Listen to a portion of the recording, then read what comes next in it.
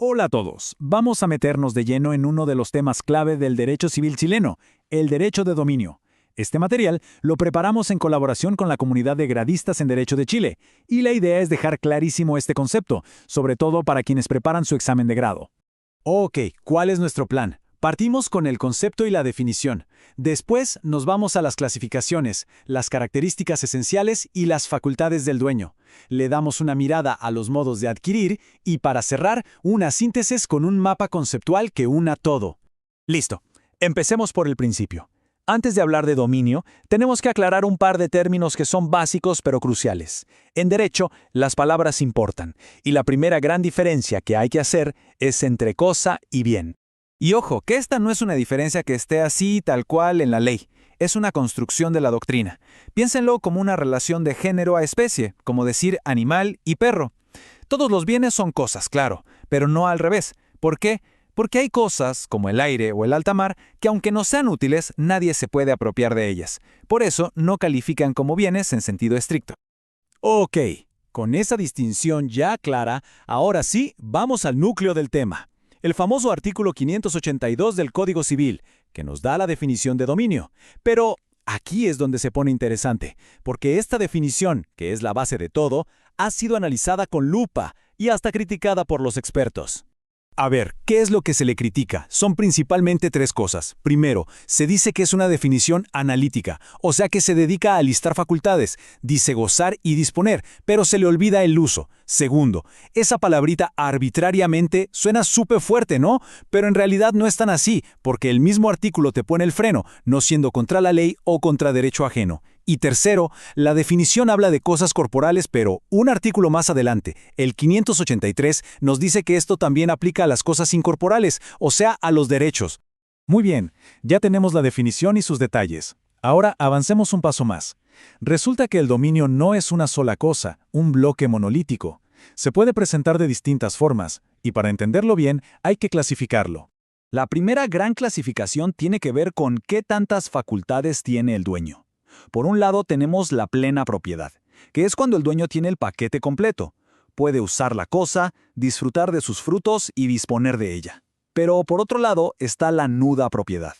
Aquí el dueño, digamos que se desnuda de las facultades de uso y goce y se las pasa a otra persona, que sería el usufructuario. El nudo propietario se queda solo con la capacidad de vender o enajenar la cosa. Perfecto. Otra forma de clasificarlo es según cuánto dura. Lo normal, la regla general, es la propiedad absoluta. No tiene fecha de vencimiento. En cambio, existe también la propiedad fiduciaria, que es súper interesante. Está sujeta a una condición. El ejemplo clásico: te dejo esta casa, pero si te titulas de abogado, la propiedad pasa a tu hermano. Esa condición es la clave. Y una más que es bastante intuitiva: según cuántos dueños hay. Si hay uno solo, es propiedad individual. Si hay dos o más personas que son dueñas de la misma cosa al mismo tiempo, a eso le llamamos copropiedad o condominio. Bien, ya vimos los distintos sabores que puede tener el dominio. Ahora vamos a ver su ADN. ¿Qué rasgos definen su naturaleza? ¿Cuáles son esas características que lo hacen ser lo que es? La doctrina clásica nos habla de 4 características esenciales. Primero, es un derecho real, con mayúscula, que significa que se ejerce sobre una cosa, sin importar quién sea la otra persona. Es el derecho real por excelencia. Segundo, es absoluto, porque le da al dueño el poder más amplio posible, con los límites que ya vimos, claro. Tercero, es exclusivo. Esto es simple: el dueño, y solo el dueño, puede usar, gozar y disponer. Y por último, es perpetuo. El dominio no se acaba con el tiempo, ni porque uno no use la cosa. Pero esperen, que hay más. La doctrina más moderna le suma una característica que es genial para entender cómo funciona esto. Dice que el dominio es abstracto y elástico. Imaginen un resorte. Si uno constituye un usufructo sobre la propiedad, el dominio se comprime. Le quitamos temporalmente el uso y el goce. Pero ¿qué pasa cuando ese usufructo termina? ¡Pum! El dominio, como un resorte, se expande de vuelta a su forma original, con todas sus facultades. Y lo mejor es que lo hace solo, automáticamente. Ok, entonces, si el dominio tiene todas estas características, ¿qué puede hacer el dueño en la práctica? Estos rasgos se traducen en poderes, en facultades concretas. La doctrina las agrupa en 3 grandes atributos. Aquí están el tridente del propietario, la facultad de uso o ius utendi, que es básicamente servirse de la cosa, la facultad de goce o ius fruendi, que es poder quedarse con los frutos que genera la cosa, como las rentas de un arriendo, y la facultad de disposición o ius abutendi, que es la más potente, el poder de vender, regalar, transformar o hasta destruir la cosa. Todo esto está muy bien, pero ¿cómo se llega a ser dueño? Esta es una pregunta clave, y la respuesta en Chile no es tan obvia como podría parecer. Ojo que no basta con firmar un papel. Vamos a plantearlo directamente. Si firmo un contrato de compraventa para un auto o una casa, ¿ya soy el dueño? La respuesta en nuestro sistema jurídico es un rotundo no. ¿Y por qué no? Porque en Chile opera la teoría del título y el modo.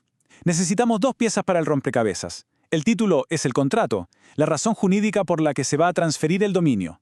Pero ese título solo genera derechos personales, o sea, el derecho a exigir que me entreguen la cosa. Para ser dueño de verdad, necesito el segundo paso, el modo de adquirir. Este es el acto que realmente traspasa la propiedad. Para un inmueble, el modo es la inscripción en el conservador. Y bueno, la ley nos da una lista de estos modos de adquirir. Tenemos la ocupación, la accesión, la sucesión por causa de muerte, la tradición y la prescripción adquisitiva. Cada uno de estos es un mundo en sí mismo, así que no se preocupen, los vamos a ver en detalle en otro material porque de verdad quedan para largo. Bueno, hemos recorrido bastante terreno. Para que no se nos escape nada y todo quede ordenado en la cabeza, vamos a unir todas las piezas del puzzle. Aquí lo tienen. Este mapa conceptual es, básicamente, la radiografía del derecho de dominio. En el centro, el concepto del artículo 582, y desde ahí como ramas salen las clasificaciones que vimos, sus características, las facultades del dueño y finalmente los modos de adquirir. Es una herramienta visual súper potente para ordenar las ideas y repasar para el examen. Esperamos que este repaso les sirva un montón para sus estudios. Recuerden que este material lo preparamos en colaboración con la comunidad de gradistas en Derecho de Chile. Y ahora la pregunta es para quienes nos escuchan. ¿Qué otro concepto denso del derecho civil les gustaría que desmenucemos así?